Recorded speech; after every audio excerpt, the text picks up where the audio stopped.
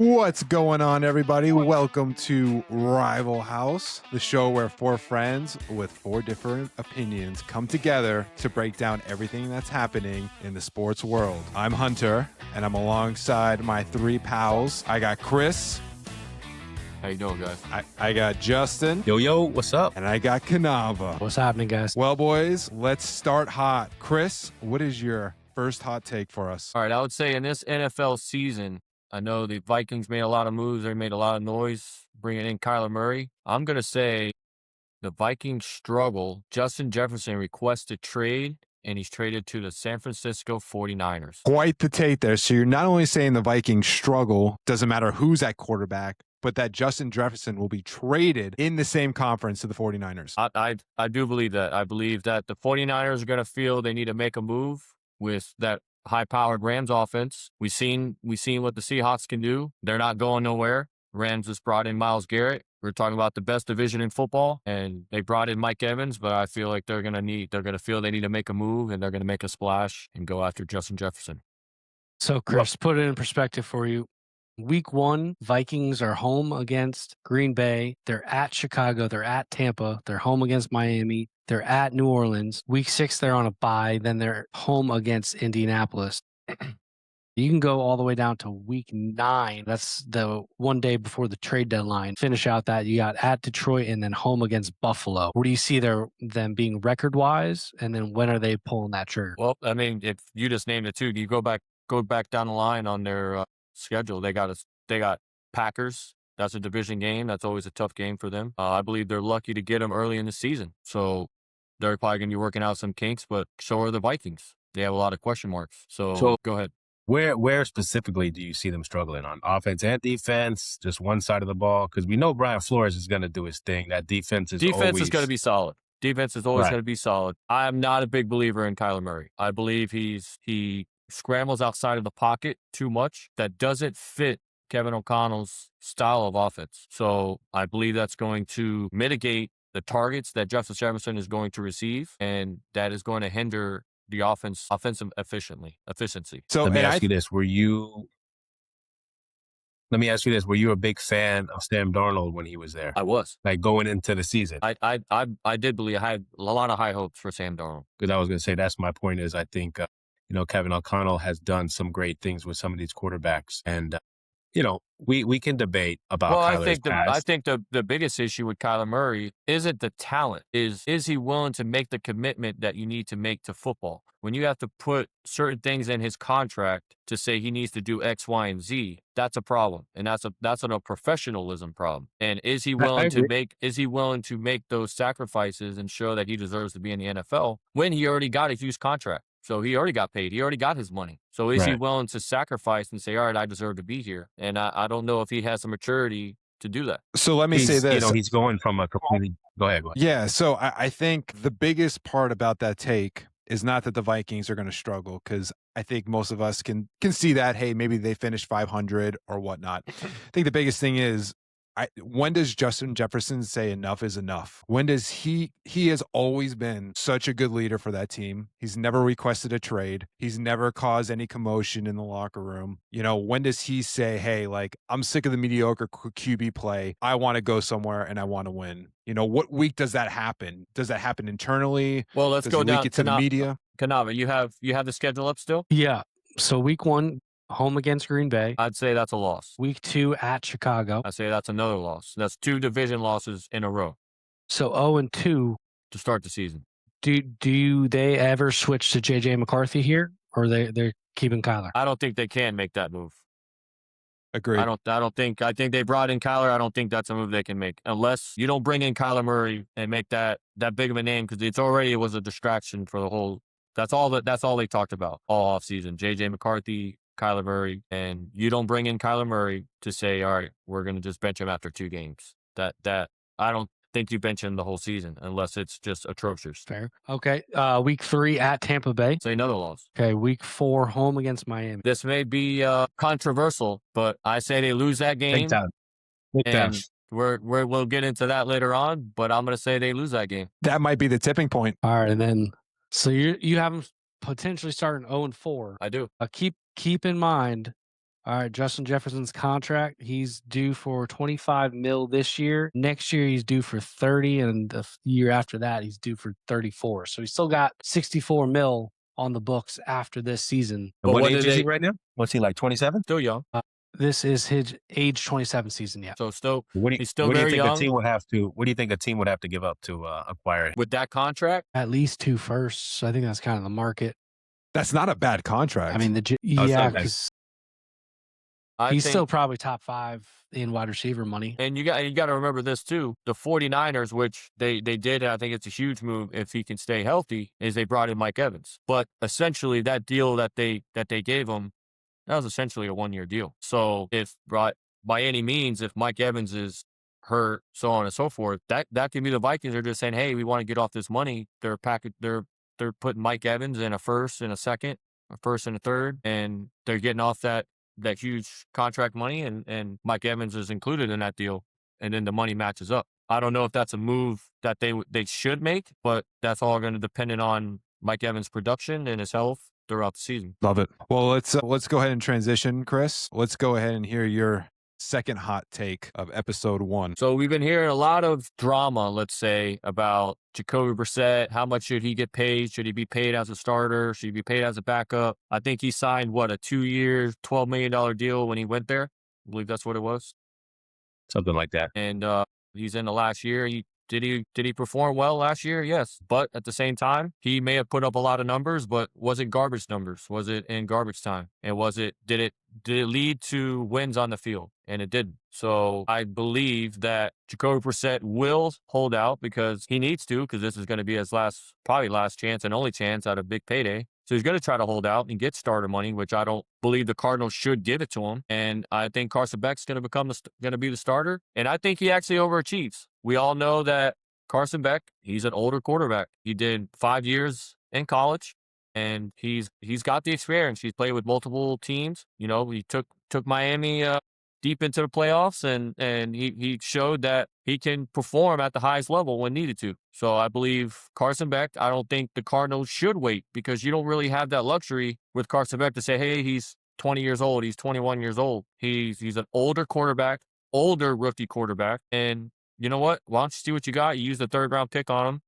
and he's going to start. I think he performed well, and I think he wins Rookie of the Year. Who wants to start off on that? Yeah, I'll start. I think it would be something for Carson Beck to, first off, not only start, but to win Rookie of the Year, just for the fact that I don't think Arizona as a team is ready. So a lot of times these younger quarterbacks, who get into better positions being drafted, I don't trust the Cardinals as an organization to develop a quarterback. I haven't seen it yet, at least in my lifetime. So I'm still waiting. I think they do have a not to cut you off, Hunter, but who would you say as right now that you think is going to have the opportunity and would be your favorite to win Rookie of the Year? I think they have a better opportunity go ahead. I'll say Carnell Tate. I think Tate, Lemon has got a good shot. And the running back for Seattle, forget his name, Price.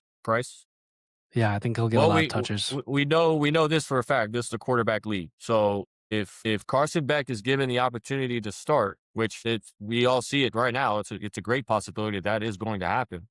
I think he has the opportunity is there, and all he has to do is knock on the door, and I think it's there for him to grab it. Well, I'll say this. If they do hit on Carson Beck, that means they have their wide receiver 1 in Marvin Harrison Jr. and their running back in Jeremiah Love and their young quarterback. So if they Hunter, let me stop. Is Marvin Harrison the wide receiver 1? He better be. He better be, or it's going to set them back quite a bit. Is it Michael Wilson? I believe Michael Wilson might have something to say with that, the way he ended the season. I'll say this, just touch real quick. I think I told you this before. I think Jacoby Brissett has all the leverage right now, because we've seen it time after time after time. You don't want to rush a rookie quarterback, especially one that was not deemed as one of the better quarterbacks in this draft. I mean, he went as one of the better ones, but it's not like this guy, Carson Beck, and if he were to go in 27 draft, it's probably be like a 6th, 7th round pick. So you don't want to rush him. That is a recipe for disaster most times. Will he get a chance to play? Absolutely. Probably mid-season towards the end, they'll roll him out there just to see what they got, because why not? So, I think Jacoby... What I see with the Carson Beck situation is kind of like what the Broncos did with Bo Nix. He's coming in he's an older quarterback. He's coming into a situation where quarterback position, it's wide open. And you had Russell Wilson with the Broncos where he struggled. He's on his way out the door. You got Jacoby Brissett that's opening that door for him, and it's there for him to take it. And can the Cardinals afford to say, okay, because if the Cardinals do end up with the first, second, third, or top 3 pick, can they afford to say, all right, in 2027, we're not going to take a quarterback? And then do you feel, okay, they just wasted a 3rd-round pick on Carson Beck by not even playing him? I get it. You're saying, I understand your point about Jacoby Brissett having all the leverage, but in a sense, I disagree with that. I believe that the Cardinals spending a 3rd-round pick on Carson Beck and knowing that Carson Beck what is Carson Beck, 24 years old? 24, 25. Yeah, so knowing that he's not 20, 21 years old, where you have time to say, hey, I'm going to let him develop. Because if you're thinking you're going to have, 3-4 years to try to let him develop, well, if you're probably going to draft, you're picking top 3, you're going to say, okay, we need to pick a quarterback in 2027. So now you got Carson Beck that's 27, 28 years old. So did you just waste a 3rd-round pick this year by drafting him? So I don't think it's a waste. I mean, it's a quarterback. It's the premium position of the league. You got to draft him. We see guys get overdrafted like that every year. Going back to the Bo Nix, I think Bo Nix was a 1st-round draft pick, wasn't he? That I'm not too sure about. I think he was a late round. Yeah, I think he was a late round first. So in a better quarterback class too. So that kind of prompts him to get on the field a little faster. So we'll see. Does he have an opportunity? 100%. My vote for Rookie of the Year would be probably Fernando Mendoza. Well, that's my thing is with Mendoza is I don't know if he's going to be given the opportunity. They brought in Kirk Cousins, so I don't really know if he's going to be given the opportunity. Tom Brady has been a big proponent of saying, hey, let him wait. There's no rush. We don't need to rush this thing. He brought in Kirk Cousins to let him learn behind him to be, he's an ultimate professional and he's going to learn from him. So I think Kirk Cousins I don't think Kirk Cousins is going to perform so horribly that they're going to feel they know Mendoza is their quarterback of the future, but I don't think he's going to perform so horribly that they're going to feel the need to have Mendoza come in there and start. Yeah, their O-line's kind of suspect right now. They got to really figure that out. You definitely want to protect them. Receiver-wise, a lot of question marks. They got Brock Bowers. They got Michael Mayer at tight end, Genty at running back. So they got some skill, but not elite wideout. Kirk Cousins knew what he was getting into when he went to the Raiders. He knew. Yeah. Absolutely. So for note, Carson Beck is 24. Pulling up his stats. I mean, the guy's won. He was a backup for the 2 Natties in Georgia. He played 2 seasons as a starter with Georgia. Threw for 3,400 yards each season starting, and he took Miami Hurricanes to the national championship last year and really was a big proponent in getting them back to, the national platform. Some stats on Jacoby Brissett to kind of argue against you a little bit. 94.1 QB rating, 64.9% completion percentage last year, 23 touchdowns, 8 interceptions. Solid numbers. I know a lot of that's garbage time. What was their record? What was their record when he was a starter? Not great. And that's kind of my point of I understand he made great, but I believe they were like 1-7 with him as a starter. And, yeah, there are a lot of blowouts. And so if you're going to go 1-7 with Jacoby Brissett and he's trying to hold out and he wants 20, 25 million, whatever he's trying to get, could you go 1-7 with Carson Beck and see what you have with an older rookie quarterback? And then you need to draft a quarterback in 2027. I highly think they go with Gardner Minshew way before they rolled out Carson Beck week 1. I don't think he's ready for that. I don't think they want him to be ready for that. So, like I said, I think Jacoby has the leverage if they decide, hey, maybe Gardner is having a good camp and maybe they want to roll with him and save some money. I think that would be the more realistic option than Carson Beck rolling out the first couple weeks. Now, do you think Carson Beck starts at any point this year? 1,000%. So do I. All right. 1,000. Yeah, if the wheels come off, I would say by week 8. This is the team half a season. This is the team that's going to have a top 3 draft pick. I mean, why would you not just roll them out and see, Yeah. Well, transitioning, Justin, I think you have a hot take for us, maybe even about a team that plays in your background stadium. Absolutely. So we'll roll into my hot take, and it's that the Miami Hurricanes go undefeated this year and win the national championship.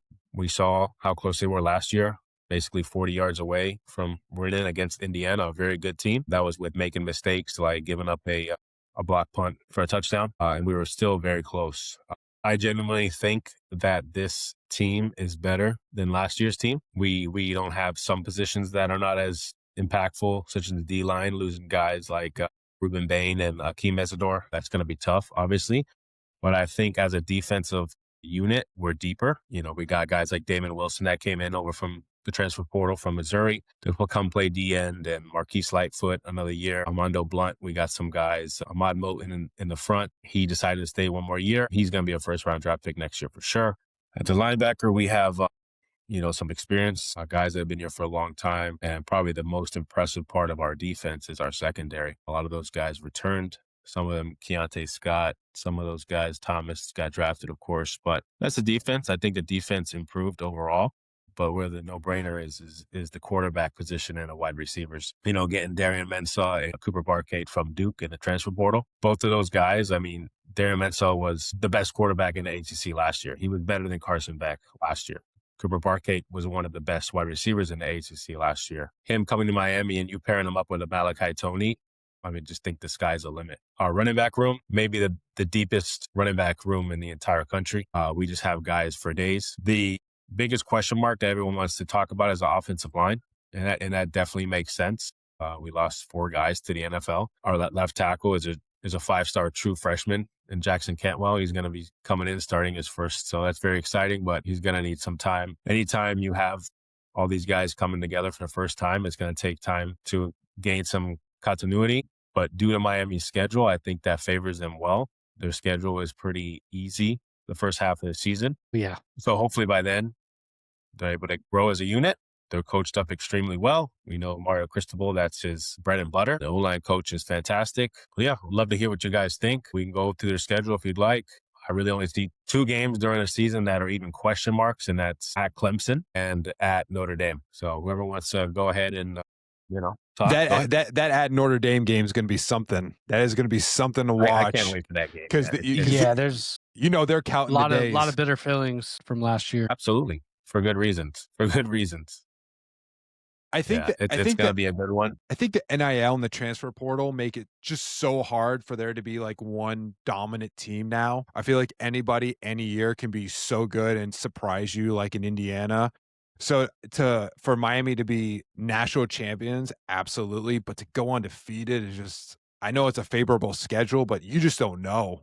It's not as predictable like it was 10 years ago, It's tough to go undefeated, obviously. Yeah. Yeah, I mean, there's just the way the transfer portal is. I mean, hey, $40 million can get you a hell of a college football team. We've seen that with Miami. We saw that with Ohio State, Indiana. These boosters are pouring big money into these programs. And say what you want about, the state of college football and the NIL era, but it's not going anywhere anytime soon. Teams are just going to have to adjust. But like, I agree with you with what you said, Justin. At Clemson, October 3rd, and at Notre Dame, November 7th. That's your 2 biggest question marks. You could throw Florida State in there just because it's a rivalry game. I think you guys are a class above Florida State, but rivalry games, you never know. They're always going to come out motivated. They're going to come out tough, looking upset. Yeah, I think if you can stay healthy throughout September, you got Stanford, you got Florida A&M, Wake Forest, and Central Michigan. If you could stay healthy, you're winning by 45 points easily all 4 of those games. Then your big question is October 3rd in Death Valley at Clemson, potentially under the lights. It'll probably be a primetime game along with the Notre Dame game. Sleeper team, Duke. Duke is a solid team. Yeah. They got a good foundation. They're a team that we took the 2 best offensive players. Yeah. Talking NIL money. Duke has plenty of donors that would pump money into that school. I think you guys trample Pittsburgh. I think you guys trample North Carolina. I wouldn't be surprised if Bill Belichick is fired by that point in the season. That was a horrible signing, by the way. Yeah. He should have never went to college. That money can't fix everything. Yeah. But yeah, dude, when they go to Notre Dame, that's going to be a dogfight. Whoever wins that game, I think it's going to be a very close game. Those are 2 teams in the top 5. I don't think anyone would disagree with that in the country. But yeah, they'll be preseason top 5. The difference maker this year is Darian Mensah. I mean, he truly has the potential to be the number 1 quarterback taken in next year's draft. He truly has potential to be the Heisman winner this year. I don't think people realize how good he is. He was fantastic at Duke, and he won the ACC there last year. he was fantastic. And Tulane the year before, and he won whatever their conference, and I think it's the Sun Belt or whatever. So the guy has won everywhere he's gone.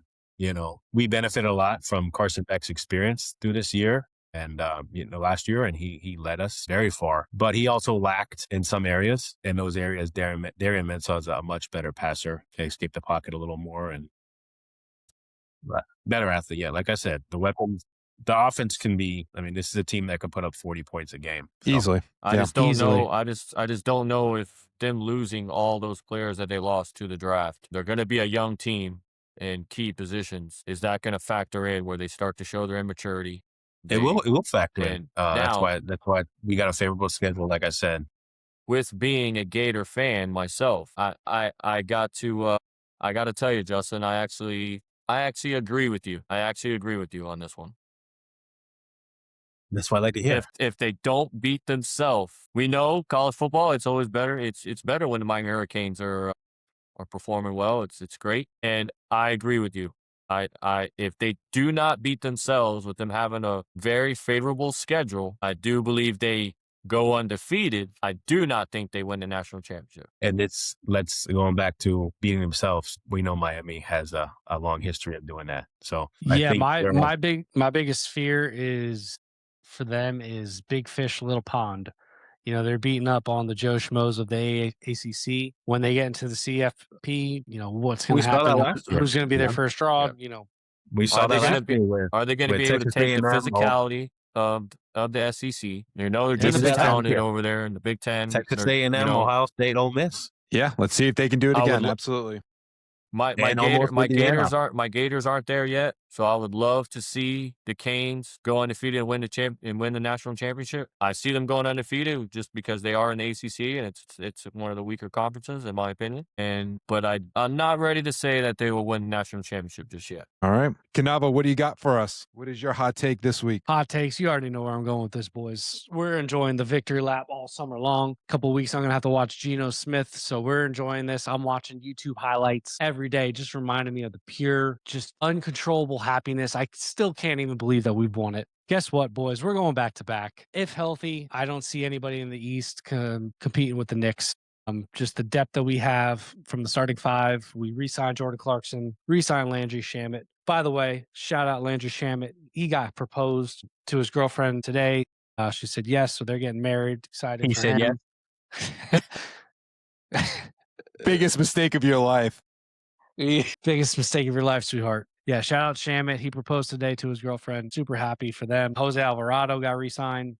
I think Tyler Kolek and Mohamed Diawara are players to watch on the rise this upcoming season. I think they'll start getting some more minutes as they start to develop some more depth pieces as we kind of tighten with the salary cap. Andre Drummond, I think, softens the blow of losing Mitchell Robinson. Mitchell, can't say enough about him. Just from his defense, his ability to switch on to smaller guards and keep them in front of them. And then if they try to hit that step back three, he can still put his hand up and block it. His defense is superb, huge reason why we won the championship. But Andre Drummond signing definitely makes up for the loss of rebounds that'll occur with losing Mitchell Robinson. But a little better offense, a little more rebounding. So I think we'll take a slight step back in the defensive role without Mitch. But I mean, you look at Boston, they traded Jaylen Brown away.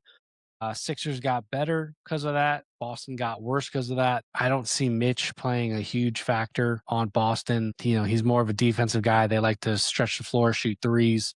That's more of their MO. Philly, depending on what LeBron does, even with LeBron, they still got Embiid, question mark. Is he going to play? Is he going to be healthy? How's that knee? Can he play back-to-back games? He was hobbling against the Celtics, hobbling against the Knicks. And to be quite honest with you, boys, I don't think Tyrese Maxey and Joel Embiid enjoy playing together.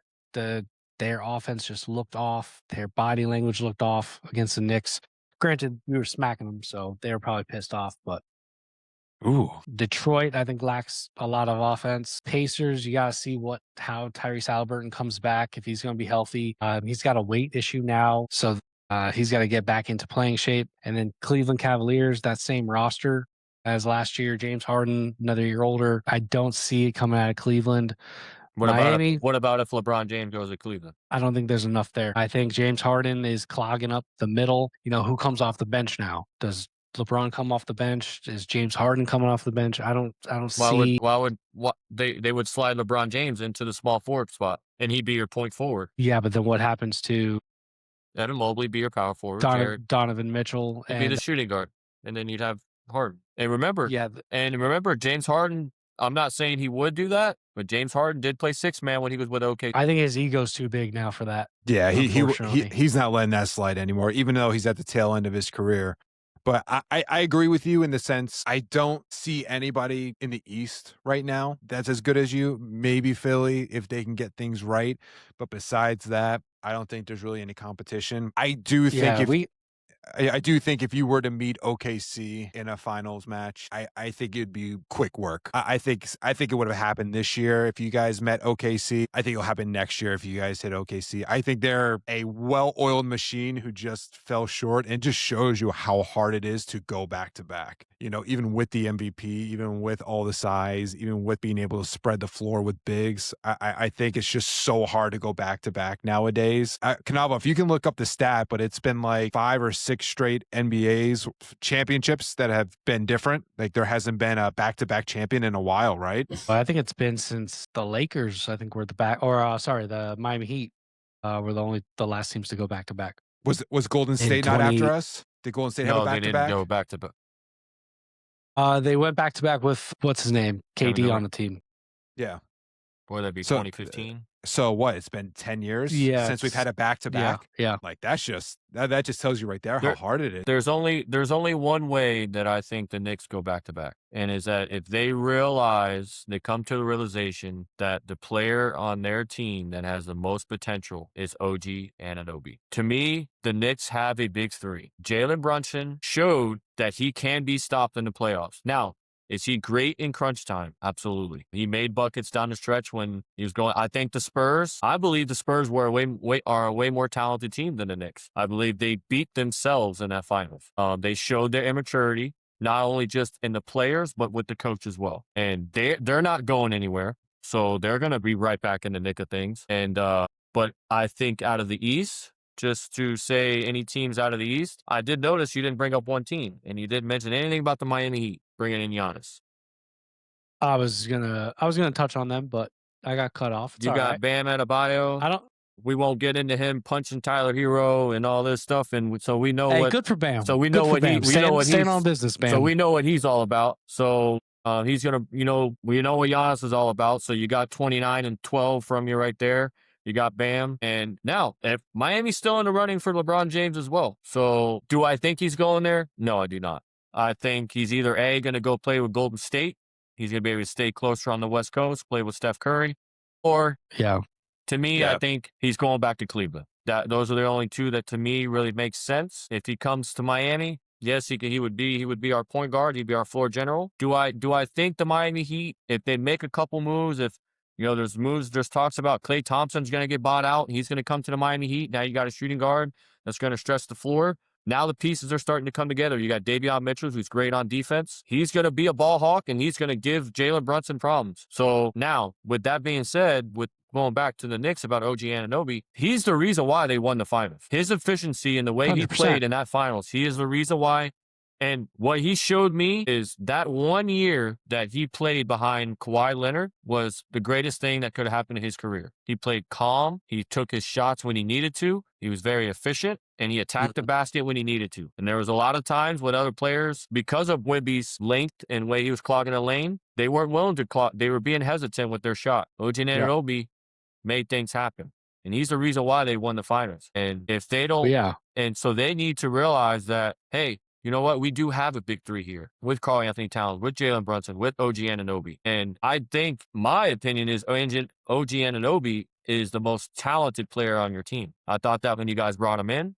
He's great defensively, and he's very efficient offensively. He's not somebody that you need to give him the ball, but he is somebody that can ISO and can get you a bucket when you need to. And I think that's going to be key to them to realize that if they're going to want to go back to back. Yeah, agreed. I think overall, OG is going to, he already is overall the best player. Jalen, they hide him on defense all the time. And to your point, I wouldn't say OG. I don't want to go by as far as say he's the best player, I'd say. He's the most complete player on your roster. Yeah. I Yeah, would say that's that. a better way to describe it. But yeah, to your point, I think the Pacers gave the blueprint on how to kind of shut down Jalen Brunson a little bit. We saw, Brunson really come out of his own self last Eastern Conference Finals in 2025, and then the semifinals in 24, where they were picking him up full court and they just drove him down, grinded him to the ground basically over 6-7 game series. The first series, the semifinals, I think he ended up breaking his hand. And then game 6 last year, I think they ended up beating us by like 25 points. So, to your point, I think there is a blueprint out there to stop Jalen Brunson. I think our counter to that is getting the ball out of his hands and putting Cat as that hub. Thought you kind of more saw it. That in was key. the- They did switch to putting Karl Anthony Towns at the top of the key and making him more of a facilitator. In the Atlanta series and in the Philly series, I think you saw that more. Then it kind of got shut down a little bit in the Cleveland series. You saw them go back to kind of more Jalen Brunson heavy, ball dominant, and then Jalen Brunson just kind of took over in the finals. Cat's got to figure out getting out of foul trouble, Yeah. but I think that'll alleviate a lot if he's more of a ball handler, facilitator than he is, a big man driving down to the low block. I'm very curious to see what the Spurs do. I believe that De'Aaron Fox cost them that NBA Finals. He was brought in to be their veteran point guard, and he did not do what he was supposed to do. He was supposed to be a leader on the court, and because you have Stephon Castle, you have Vassell, you have Wemby, they're a very, very young team, very talented team. I think Stephon Castle is going to be a force in this league. I love Dylan him. Harper too. Dylan That kid's Harper nice. off the bench. I mean, I just think that, Dylan Harper and Stephon Castle, I think they're both going to be stars in this league. And De'Aaron Fox, they needed him to just be that consistent and be Be a vet. Yeah. So I'm curious to see if they make a move. They have the pieces, they have the draft picks, they have the talented players, young players that teams would be interested in. So I'm curious to see who do they go after. I personally thought that they should have went after Giannis. That I think Giannis on that team next to Wemby. Yeah. I think you Game over. clearly. I think you clearly say they're the favorites to win the finals. My pick right now would be them making it back to the finals and winning the finals, even as constructed right now, because they're only going to get better. Stephon Castle's only going to get better. Harper's only going to get better. Vassell's only going to get better. Champagne's only going to get better. Wemby's only going to get better. He's going to learn from learning that finals. And their coach is going to get better. He's a young coach in this league. So I personally do think that my pick would be the Spurs to win the finals. But I think the Spurs are gonna make a move and bring in a veteran that is going to be able to be that constant. That would be. I mean, I know they're not being brought up as one of the top 3 teams, but that'd be a great team for LeBron James to go to. Yeah. I mean, he would go there. I'll tell you right now, if LeBron James was on that team in the finals, that wouldn't have happened at the end of those games. No. So, and we could easily say the Spurs beat themselves at least 2 games, at least 2. So,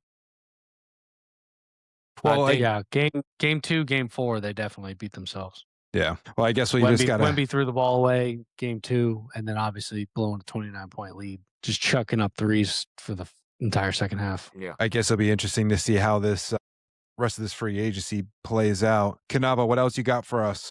Switching it up again, we're going to go move to baseball. I'm going to say nobody in the American League, the current division winners, which is the Tampa Bay Rays in the East, the Central is the Chicago White Sox, and the West is Texas Rangers. I don't think any of those teams win their division. Tampa Bay Rays, arguably the second or first best team in baseball, just depending on your preferences. I think they eventually get caught by the Yankees.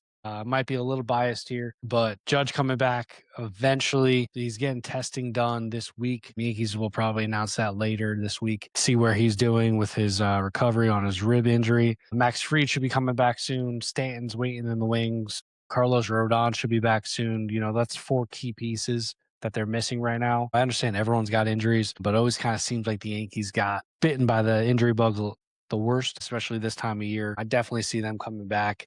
As long as they keep it close with the Rays. Rays got a good ball club, but I think just the added firepower of the guys I mentioned, they'll come back. Chicago White Sox, put them in the Spurs category. I just think they're too young. They don't know how to win just yet. A lot of young players on that team, young coach, young pitching staff. I think Benintendi's really the only true vet that's starting for them. Murakami's a stud. You saw him at the All-Star game. You saw him at the Home Run Derby. He's a stud, but I think they get caught by either the Guardians or the Tigers. Guardians, probably your favorite out of that group. Jose Ramirez is coming back pretty soon from his injury. They got a couple guys coming back. So once he's back, he's arguably a top 10 player in baseball. I think that lifts them over the hump, especially over the White Sox. Detroit Tigers are in that conversation too. They're 6.5 back as of the All-Star break. But I think eventually Scooble will get back into rhythm. They'll get all their players back. Riley Green's hitting the cover off the baseball. One of those teams catch the Chicago White Sox. Last but not least, Texas Rangers. Their offense is sporadic. Their pitching is inconsistent. They got DeGrom. They got Evaldi. Rocker gets rocked every time he's out there that I've seen. So inconsistent pitching, untimely hitting. I think they get caught by the Houston Astros. Seattle, they're still kind of hanging in it. I don't see Seattle coming around. Their pitching struggling. Cal Raleigh, who hit 61 home runs last year, it's completely fallen off the map. They get caught by the Astros. Astros got Yordan Alvarez. He's arguably best player in baseball right now. I think he ends up winning MVP, and I think he leads the charge in that comeback. They're only a couple games out, so plenty of baseball left. But I don't think either of those three teams. I know you said it, but how many games back are the Yankees right now from the Rays? Yankees are, I believe, 4. 4 games. Plenty of time. Yeah, 4 Plenty of games time to back. make a run. Still plenty to play. Oh, I'm sorry, 3 games back. Chicago White Sox, they're tied currently with the Guardians. You got the Twins 3 back, and then Detroit's 6.5 back. Texas Rangers are up 1.5 games over Seattle, and they're up 3 games over Houston. So all of those are within 3 games, all 3 divisions. That would definitely be interesting to see how it all plays out. Boys, any comments on that? Yeah, go ahead. I don't know if he touched on it, but I know the trade deadline's approaching. Is there anybody in particular that you would hope that they would bring in, or any position? The big name that's thrown out there is Skubal, Turk Skubal, starting pitcher for Detroit. He was injured for most of the season. He's just coming back. I think he's like 3 or 4 starts in. He's looking a lot sharper with each start. If they stayed out of contention, I would say he is most likely to move. I know the Yankees were kind of targeting him potentially earlier in the season. I don't think they pulled the trigger on it. I think the asking price is too much. And now that Detroit's back in it, they're 6.5 back. They might just say, hey, let's go all in, become buyers rather than sellers. So I don't see him moving, but you'll see vets go. I don't know of any specific big names just yet. I think the news will kind of come out in the coming weeks, but the Yankees definitely need to retool their bullpen. Dovalny will eventually get DFA'd. I don't see him stay on the team much longer. Same with Tim Hill. He possibly could get moved. Those 2 guys have been struggling in the bullpen all year. Yankees need to move something with their catching position. Austin Wells just isn't it. You want to root for the guy. Still young, still got a lot of potential, does well behind the plate, calling pitches and working with the pitching staff. But the guy's hitting like $150, so they got to make a move there. They need more hitting from the offense catcher perspective, and then figuring out what they're doing with the middle infield. Are they moving Jazz? He's a potential trade candidate just because we have prospect waiting in the wings, George Lombard. So a lot of question marks for the Yankees, but this is kind of their month where they always seem to figure it out and retool for October. Love it. Well, boys, I got a couple of hot takes of my own, if you don't mind me sharing. One might be a little controversial to my friend Justin here, but Drake May. That's because he's on my dynasty team. Drake May is the most overrated player going into the 2026 NFL season. Are we talking just NFL player or fantasy? I am talking based off of media, based off of rankings, based off of everything, fantasy and regular season, whatever we're talking about, real life. I think he is getting too much praise for one good year. And the great quarterbacks, and that's not his fault. He's only going into year 3, but to be listed as a top 5 quarterback going into year 3 is not passing the sniff test. He does a couple things that I see great quarterbacks do that he doesn't. And I think the playoffs proved that he has an issue with turning over the ball, whether that be holding it onto it or just throwing some inconsistent passes. And, we just saw this with CJ Stroud, had a breakout season and then regressed. I think a lot of times once these young QBs get this really, really good productive year, defensive coordinators are going to figure you out. There's only a few quarterbacks that can consistently stay at this high level. And his season last year was phenomenal. And I'll be honest, he did that with Stephon Diggs. So he did that with very little to no weapons. And now he's getting AJ Brown. But I think that puts more pressure on him because now if he does regress, now we're going to sit back and say, okay, so what's the issue now? We got AJ Brown, a bona fide number one receiver. And if he regresses, how is he going to handle that? And I'm still not in love with Josh McDaniel as an offensive coordinator. He's had it pretty good with Tom Brady as his quarterback most of his career. So I think there's just too many things that I'm seeing right now that he's being listed as number 3, number 2 quarterback in the NFL. And I think everyone just needs to pump the brakes a little bit and see how he does this year. This schedule for the AFC East. This is going to be a brutal schedule for the Dolphins, Bills, Jets, and Patriots. So, last year he made it to the Super Bowl, but we can say that might have been the easiest path to a Super Bowl run we've ever seen. I mean, the quarterbacks he was playing against, in the weather conditions, CJ Stroud threw, I forget how many picks in the game against them. And then he had to go against Jason Stidham, in the AFC Championship. I mean, he had it good. And there's that soundbite from the Super Bowl with Seattle. And I forget who it was and what he said, but it was basically the fact like, we got him. He can't throw that. And if we do this coverage, that's it. And they locked him down bad. And, I know he's just a year 2 guy and he was in a Super Bowl against probably the best defense in the league, but he definitely didn't look like a great. He didn't look like a Joe Burrow in the Super Bowl. He didn't look like a Patrick Mahomes in the Super Bowl. He looked like a shell of a quarterback in the Super Bowl. So that's my hot take. I'm interested to see, Chrisetti, what you think about it, since that is your guy. So do you want me to roll off some stats real quick for you? I'm looking at some right now. I mean, he was 3rd in passing touchdowns at 31 touchdowns, 4th in the NFL with 4,395 yards. I mean, is it too early to talk about him as a top 5 quarterback? Absolutely. You mentioned his year he had this year being special, and it was special with the weapons he had. A 33-year-old Stephon Diggs, or 32, turning 33 soon.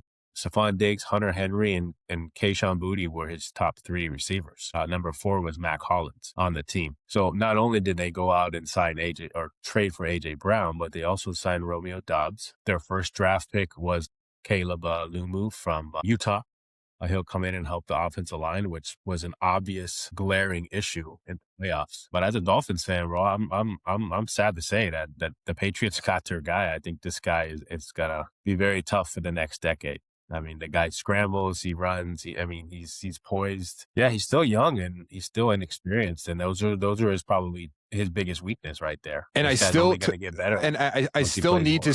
I need to see him not take so many sacks. And I know that offensive line struggled, so it's not all his fault. But it's just one of those things where you see it, and the good ones and the great ones, little things, little details, and being able to just throw the ball away, not do too much, not turn the ball over, not take that sack, and instead of making it 2nd and 7, it's now 3rd and 18. Little things like that, I think, are what make a quarterback great, what made Brady great, what makes Josh Allen great, So I think he's almost like the media loves him. He's a good guy, he's been dating his wife since he's like 12 years old, good family. But I think he's going to get a reality check this year with the schedule. I really do. No, the schedule's brutal, and we'll go over that later. But it's a big difference. But I think with the guys they brought in, I think it's going to help them out a lot. Yeah, I mean, to Justin's point, he had 113.5 passer rating. His QBR was 77.1. And then to Hunter's point, took 47 sacks in the regular season, took 21 sacks in 4 games in the playoffs. Sacked 5 times against the Chargers, Texans, Broncos, and then sacked 6 times against the Seahawks in the Super Bowl. I think his biggest question is offensive line. I think Will Campbell might move to guard. Chrisetti, kind of correct me if I'm wrong, that they drafted the tackle from Utah. Yeah, he was a left tackle. Potentially moving him to an interior position. I know the big thing on him coming out of LSU was he had small arms. He got exposed worse in that Super Bowl game where he just couldn't get under anybody. He couldn't. As soon as he put his arms out, they just swam over him. Yeah, he got destroyed. So, I mean, that's going to be the biggest question mark. Or they move him to Taylor moves to right tackle. and then Morgan Moses moves to the bench. Elijah Vera Tucker, they signed from the Jets. Good player, always injured. So for me, the biggest question is Romeo Dobbs going to step up and take the coverage off of A.J. Brown? And then will that offensive line hold up?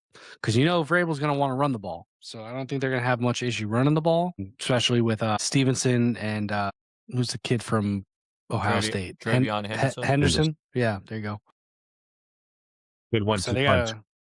great two-headed monster in the backfield. So let's see what they got. I would like to dive into something that Hunter pointed on during his take there, that Josh McDaniels, you're not sold on Josh McDaniels. I think that was insane of a comment to say.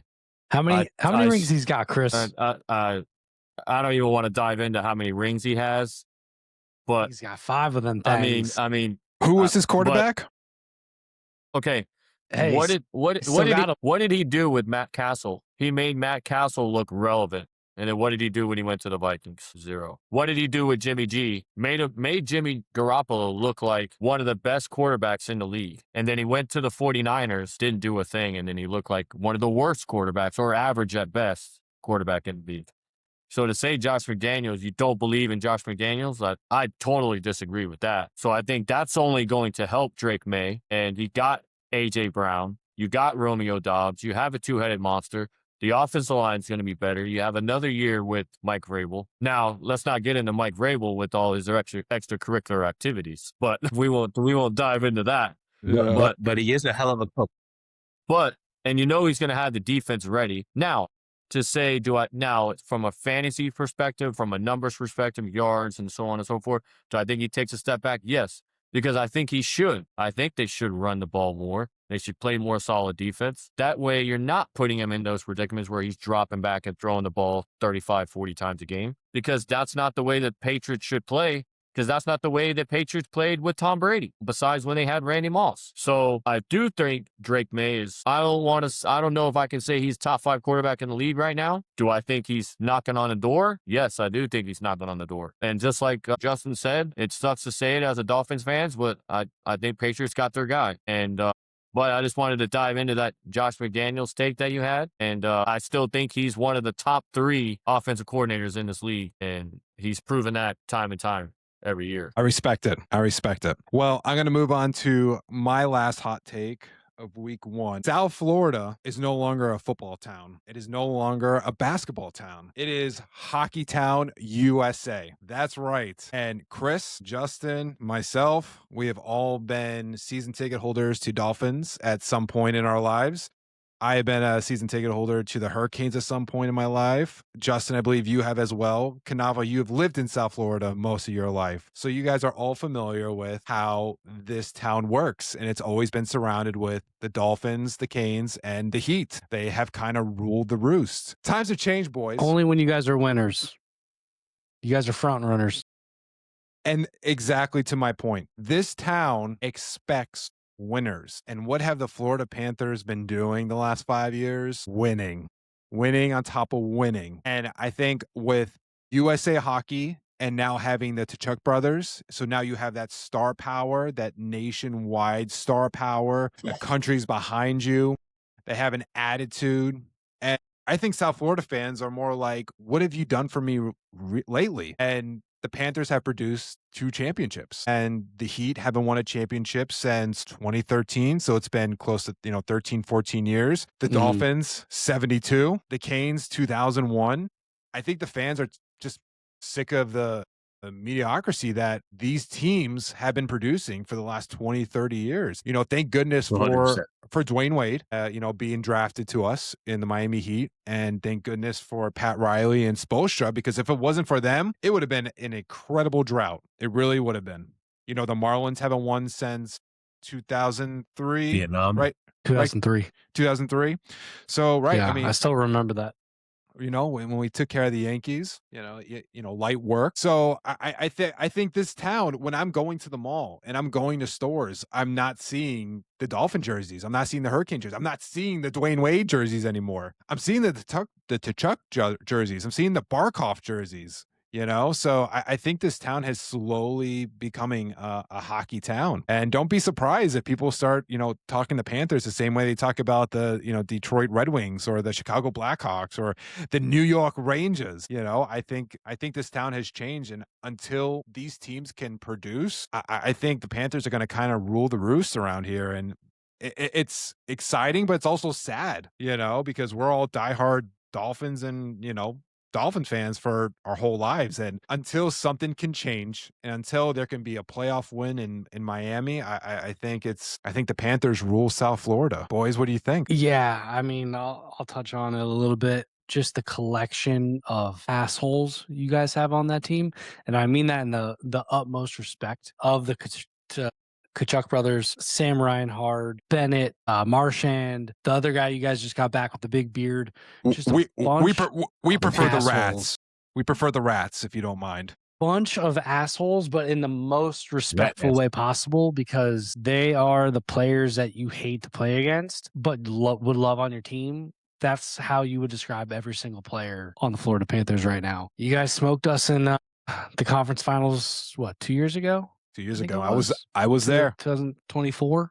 And I mean, the Rangers have been downhill since then. Yeah, I mean, you can't say enough for the work that the GM, the owners have done in the community. And also USA Hockey of just investing in Florida. I think the Olympics, you finally saw that come to fruition of the years of groundwork that USA Hockey's done and the investment that they've made in warm weather states. Face it, nobody's going out playing on a lake because too fucking hot. Hockey was always a northern thing. Because during the winter times, you can go out in the pond, you can go out on the lake, skate around. Nobody really does that down here. So it's just a testament to the commitment of the community rallying around this team, the ownership, and everyone investing into the athletes down here and developing the pipeline of USA Hockey. You saw it in the Olympics, and I think you're seeing it throughout, southern states. Nashville's popular, Florida's huge, Tampa's huge, Arizona's huge. All these, warm weather states are growing rapidly in hockey. And, I mean, and just I one don't little know if I would. Oh, go ahead. Go Go ahead, ahead. Chris. Go ahead. I don't know if I would go as far as saying that South Florida or Florida in general is becoming a hockey town. I mean, look what the Miami Heat just did. They brought in Giannis, and they've always been relevant. The thing is, those fans aren't going to show up. Those fans show up 20 minutes late. They show up. They're not loud. They're not interested. Well, I mean, I don't think as a Heat Giannis fan, doesn't I move the agree. needle the way LeBron did. Giannis does not move the needle the way but- LeBron does. well, but we'll see. We'll see how that turns out. But I mean, look what the Marlins are doing. What were they in the last month? They were the hottest team in baseball. So they're doing good things down there. Look at the Miami Dolphins. I think, are they in a rebuild right now? Yes. Do I think that they made the right moves and they're putting together the right pieces, and the coach they brought in, the GM they brought in, they're trying to reset the culture down here, and I think they're moving in the right direction. But I think the Panthers are just, right now, we are seeing greatness right now. We are seeing a dynasty. That's what we're seeing. And I think hockey, like you said, like you touched on, Kanava, that they see that too. And I think these teams that we've been seeing with the Panthers, they're going to go down as one of the greatest teams and one of the greatest dynasties in hockey. So, and I think hockey's taking full advantage of that, as they should. So Absolutely. I think it's great for Florida. It's great for hockey. And I won't go as far as saying it's becoming a hockey town. They're enjoying the moment. They're enjoying the ride, because I do think it's going to be a ride probably that's going to go on for at least 3 or 4 more years. One little tidbit before we move on. Easily. I just want to say that one thing that Chucky did promise that he was going to do before he leaves the Panthers is he wants to put a hockey team at the University of Miami and officially make it a sport at the University of Miami. Nice. We didn't even So dive into we didn't dive in either what the Hurricanes are doing. Look what they're doing, So yeah. So absolutely. Yeah. I just wanted to add real quick too. I think people are starting to realize that it's so much more enjoyable going to a hockey game. It's so easy to get in and out of the stadium. So You're much not cooler. in 90, 95 degree weather. Sweating your balls off. I mean, the prices are half the price as Dolphins. It's just so much easier, so much enjoyable. And Yeah, there. Absolutely. who wants to go sit in a 95 degree heat and watch the Dolphins get blown out and pay more for the ticket? Or you can watch a bunch of Russian guys fight each other. Exactly. All right, Exactly. Chris, what's your fantasy take of the week? Well, my hot fantasy take is what I have is I have Malik Willis finishing as a top 12 fantasy quarterback. I got major issues with it. And I'm all for it. I'm all ears. I'm ready for it. All right, so hold on. So Malik Willis, rankings wise on ESPN, is currently number 22. His average ranking is 20.9. Now, who do you have right now? Who do you show Kanava, who finishes top 12 fantasy quarterback? We'll dive into that. I'll go off of ESPN's rankings. So you have your top 12: Josh Allen, Lamar Jackson, Jaden Daniels, Drake May, Jalen Hurts, Joe Burrow, Jackson Dart, Brock Purdy, Trevor Lawrence, Dak Prescott, Caleb Williams, Justin Herbert. That's you finished top 12 last year? I'm sorry. This is projections for 2026. Who finished top 12 last year? So you got Josh Allen, Matthew Stafford, Drake May, Trevor Lawrence, Dak Prescott, Jared Goff, Bo Nix, Caleb Williams, Jalen Hurts, Justin Herbert, Patrick Mahomes, who missed 3 games with an injury. Baker Mayfield was top 12. This is per fantasy football community. So I think we've seen a lot of regression. We'll start at number 12. We've seen a lot of regression from Baker Mayfield towards the end of the season. So, and he lost, I think, key piece in Mike Evans. So, I mean, that's a lot. I know a lot of people are high on Ibuka, and I'm not saying I'm not, but I would say Mike Evans was his safety blanket at times, and that's going to hurt him productive wise. Stafford, he's up there in age. Are they going to start running the ball more? They've already talked about they want to lower his workload, and same thing with Drake May. We just touched on that a little earlier. That they like to run the ball. We know Vrabel's going to want to run the ball. He probably should throw the ball a lot less. So. And we know rushing quarterbacks have the upside of having that rushing ability, rushing touchdown, rushing yards. So I think that is and he's going to have to make plays because we know the Dolphins don't have the playmakers. Yes, he's going to dump it off to A-Chain. And so on and so forth. But they don't have the wide receivers yet that are developed and have that. So I think Malik Willis is going to have to make plays. And that's going to translate to fantasy production. So that's my main question is we know that Miami doesn't have these pieces around him. So what is he scrambling for, 1,500 yards this year? No. I just don't see how's he getting that? I just don't see a scenario where he's having a productive season and not to his own fault. I think just the team in general is not going to succeed. And I think he's going to be struggling all year. And I think everyone kind of knows that. I think the coaching kind of tells him like, hey, expect to struggle this year. But I just don't think the pieces are around him. I think teams are going to load the box. Our receivers are unproven. We'll see how the line holds up. Our defense is mediocre. I don't know. I know we might be passing it because we might be down a lot, but I don't see top 12 as something. That's definitely a hot take. PFF has him as number 30. Yeah, I'm trying to pull up who your weapons are. Jalen Tolbert, Tutu Atwell, Chris Bell, eventually if he makes a return. But if we're so far out of the playoff picture, why even rush him back? Greg Dulcich, which is right now his best target, they're saying in camp, they have some kind of chemistry going on. Yeah, I don't see it. I'm not impressed with what I've seen. He hasn't done much in Liberty. He hasn't done much in Green Bay. Obviously, he's been a backup. Couldn't win the starting job in Tennessee. Has he come far from them? Yeah, I'm sure he has. Obviously, when you go from playing at Liberty to the NFL, I mean, that's night and day difference. So obviously it takes time. So I don't blame him for not doing anything in Tennessee as well. Yeah. He was a project quarterback when they drafted him. We'll see what happens. I'm glad he's getting an opportunity, but I don't see a high ceiling for him. Yeah, I mean, he's throwing to a bunch of nobodies right now. Malik Washington, Jalen Reagor, Chris Bell, Theo Weiss, Jalen Tolbert, just not it. Greg Dulcich, just outside of Devon Achane and Jalen Wright and maybe Ollie Gordon. I just don't see much separation coming from. But to Chris's point, I think Dolphins defense is going to be bad this year. I think they could be throwing a lot. Malik's going to be scrambling a lot, so he might get some added boost for rushing abilities. So, I mean, not to rule it out, but, there is a chance. Vegas has Miami as the 30th best offense, implied total 18.9, so 19 points a game, and their win-loss 4.5 wins. So you're saying there's a chance. Where I can see Malik. There's always a chance. Where I can see Malik scoring some points and making, some plays is in the red zone. The problem is how are we going to get there? Right. I think Malik Right. could be awesome in the red zone with his rushing ability. Do some read option type stuff, or just take off and scramble for a 4-yard touchdown run. But getting there is half the battle. Well, kind of moving on here, kind of sticking in that same realm of fantasy. Justin, I'm interested, you're kind of our fantasy guru. I would like to get maybe 3 overvalued players and 3 undervalued players for this upcoming season. Sure, I'll try to move to them fast.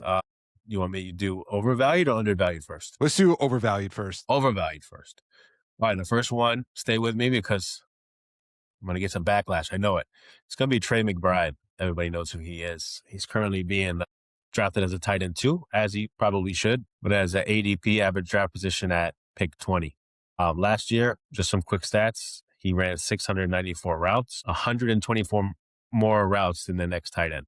Per the True Media Sports database, which tracks stats going back to 2000, this was the most routes ran by any tight end since 2000, probably ever, because, they didn't use tight ends like they do now back before 2000. So he probably ran more routes than any other tight end has ever done in the history of football. Average starting tight end runs roughly 32 routes a game. Based off his numbers, he basically ran 22 games worth of routes.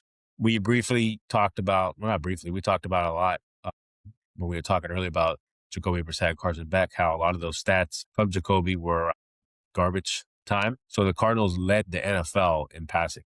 They threw the ball more than anybody else, an average of 38 times a game. And this was primarily due to the fact that they had no running back. All their running backs were injured. Their top 3 running backs in carries last year were Michael Carter, DeMarcado, and Bam Knight. All 3 of those guys were like practice squad players at some time.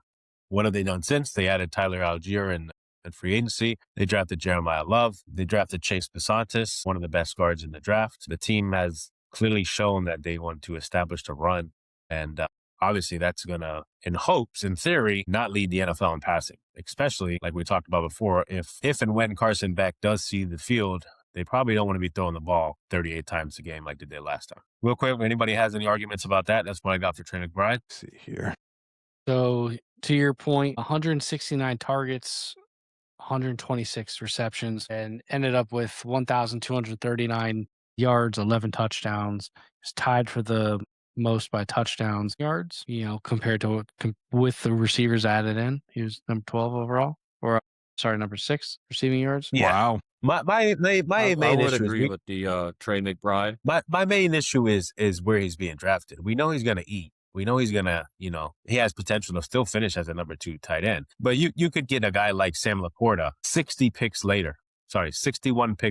If Laporta comes back healthy, I think he has just as good a chance to finish as a top 2 tight end. So spending pick number 20 Interesting.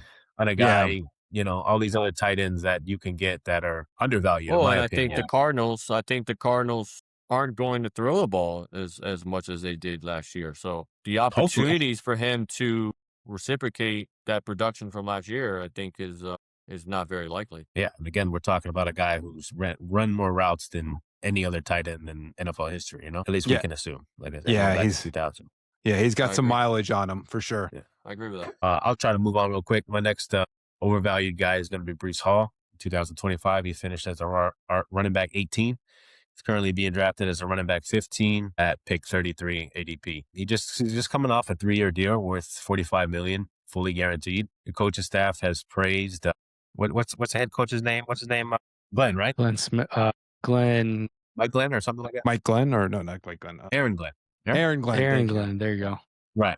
So he has praised multiple times all 3 running backs, which I think all 3 running backs in the Jets are pretty solid. But from a GM perspective, you just signed him to a 3 or $45 million deal. You're not going to be very competitive this year. I mean, I think I'm higher on the Jets than most. I think they can win, 6 or 7 games this year, but they're definitely not a playoff team. Why would you run them into the ground the first year, especially when you guys have like Braylon Allen, who's a stud. He's coming back after missing 13 games last year. His body type is kind of similar to a Derrick Henry. And, I think he's a stud. He's going to steal red zone touches when the Jets actually get there. And you got Isaiah Davis as well. Vegas has implied points for the Jets at 19 points a game and a win total at 5.5 games. So kind of going back to the Dolphins, I think the Jets offense is going to be better than the Dolphins. It should be. But one, I don't think offensively they're going to be the best unit. And when they do actually get in the red zone, I think Braylon Allen and Isaiah Davis will steal touches as they should. All right, Chris, here we go. You're Malik Willis's number one fan, so let's put this to the test. Let's dive into it. Let's go. All right. Dolphins win-loss record this year. Let's go ahead and start. Week 1. Let's let the Raiders. chaos begin. Week 1 at the Raiders. Is it going to be Mendoza? Is it going to be Kirk Cousins? I think it's going to be Kirk Cousins. He knows what he signed up for when he got there. I say Miami Dolphins win week 1. Already a winning record. Incredible. I'm cool with And then don't worry, they stay on the West Coast. So week 2, it's going to be at San Francisco. So I have them losing to the San Francisco 49ers. Okay. I appreciate the honesty. You don't say. I And think the 49ers are going to be a Super Bowl contender next year. This year. Well, week 3 doesn't get any easier. Maybe Mahomes less Kansas City Chiefs. Week 3 Chiefs. Well, you said it yourself.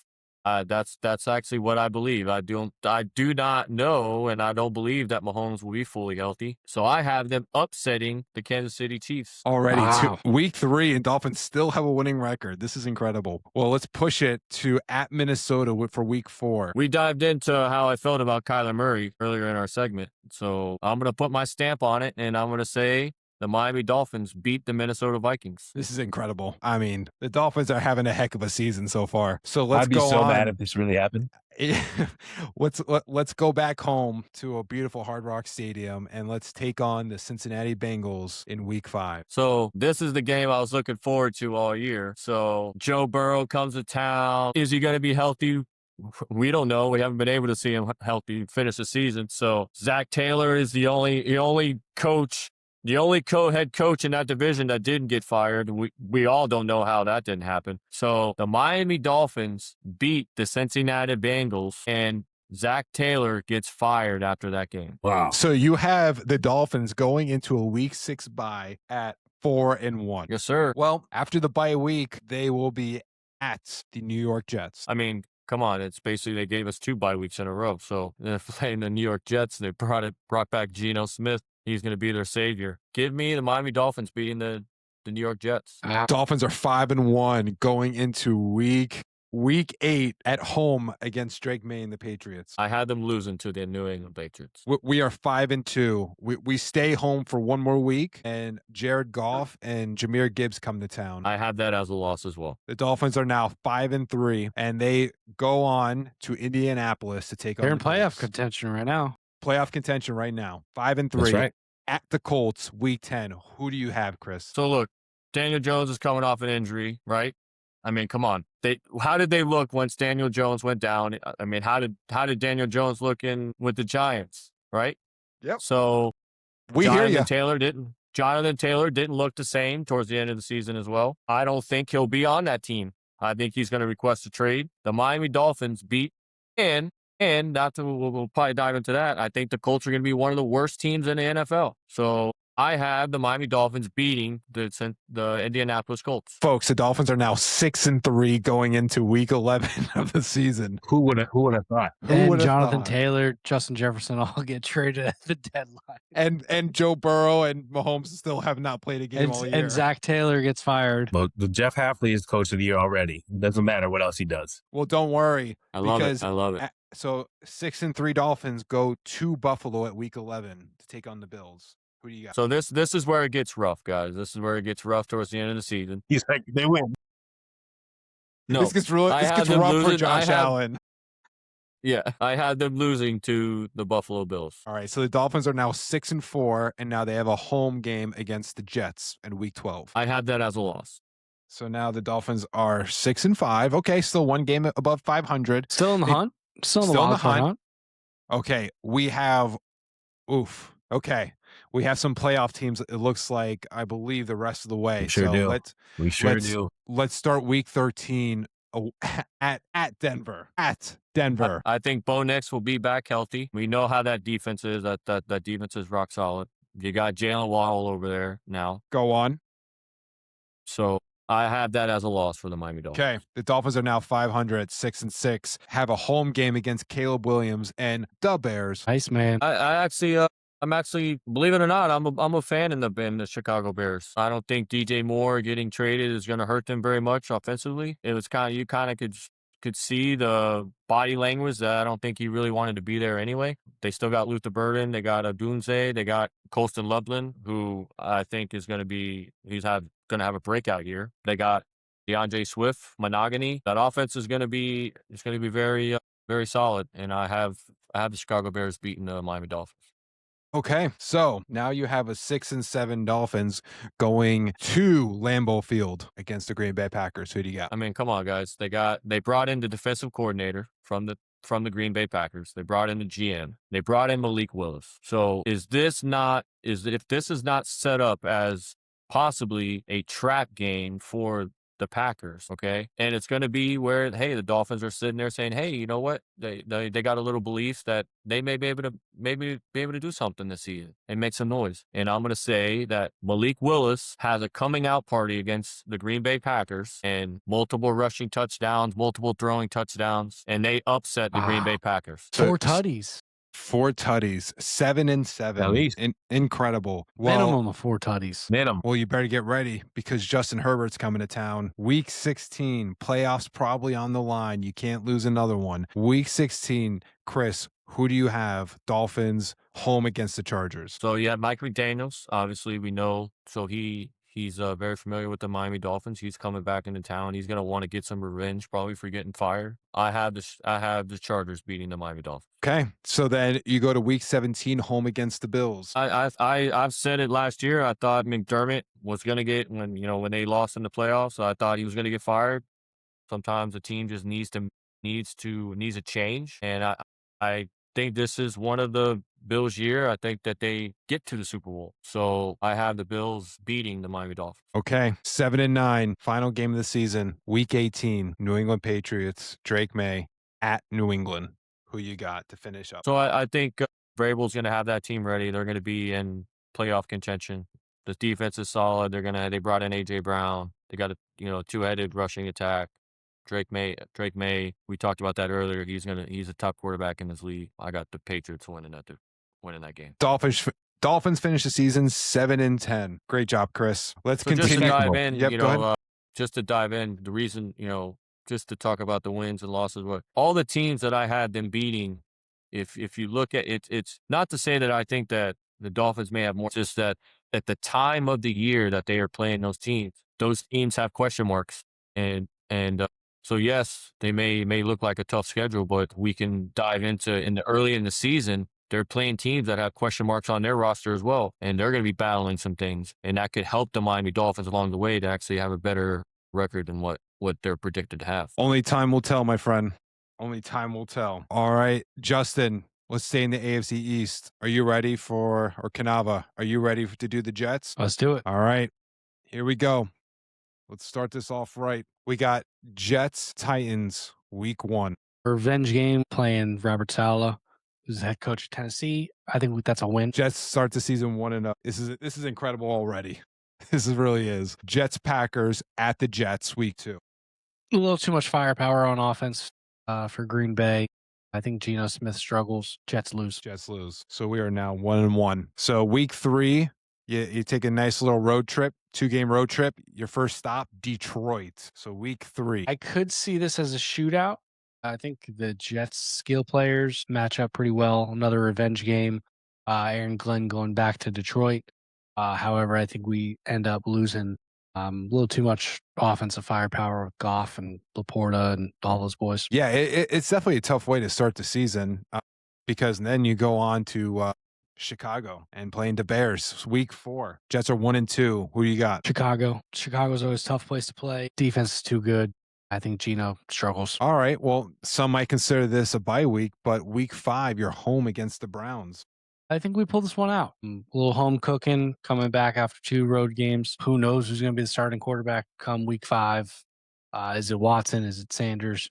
Doesn't matter. Jets win. Jets go 2-3 on to Week 6 at Foxborough against the Patriots. I think we play them tough. Definitely show up a lot better compared to last year. I think they stifle Drake May, but I think they come up a little too short. Jets lose. 2-4 going into Week 7, home against the Finns. Easy win. No, just kidding. I think we're going to have to grind it out. I think the Jets rushing game shows up big.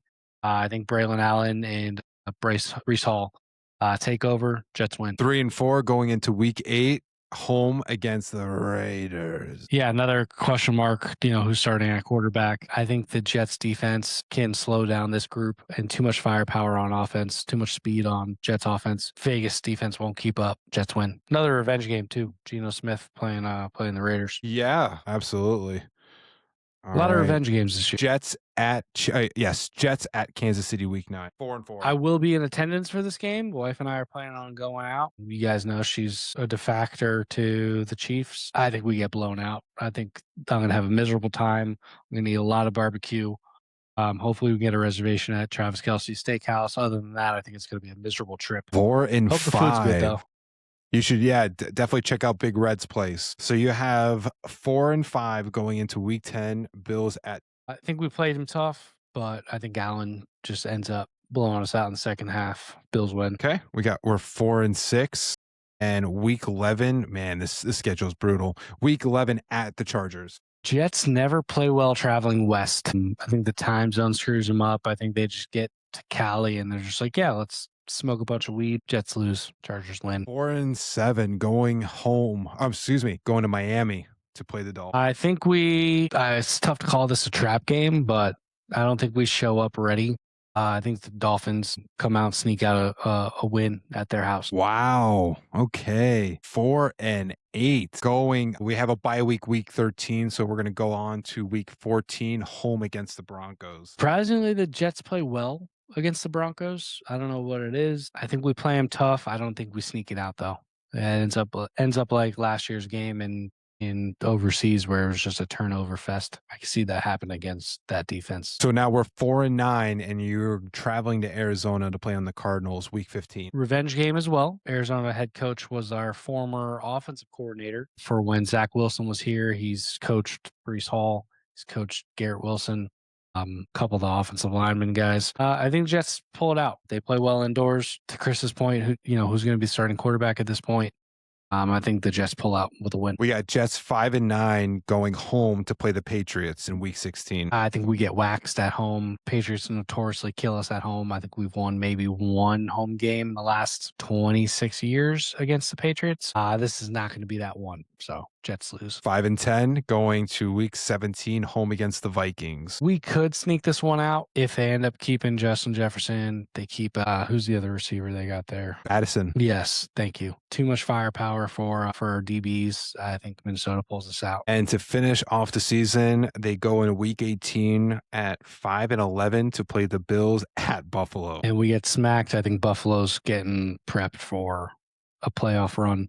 And they pull their starters by halftime. That's it, folks. You hear it here first. The Jets finish the season a whopping 5-12. Incredible. Everything that's possible. All right. So that cuts it for episode 1 of Rival House. My name's Hunter. This is Kanava, Chris, and Justin. Don't forget to like, share, and subscribe. Thank you, everyone, for listening. Peace.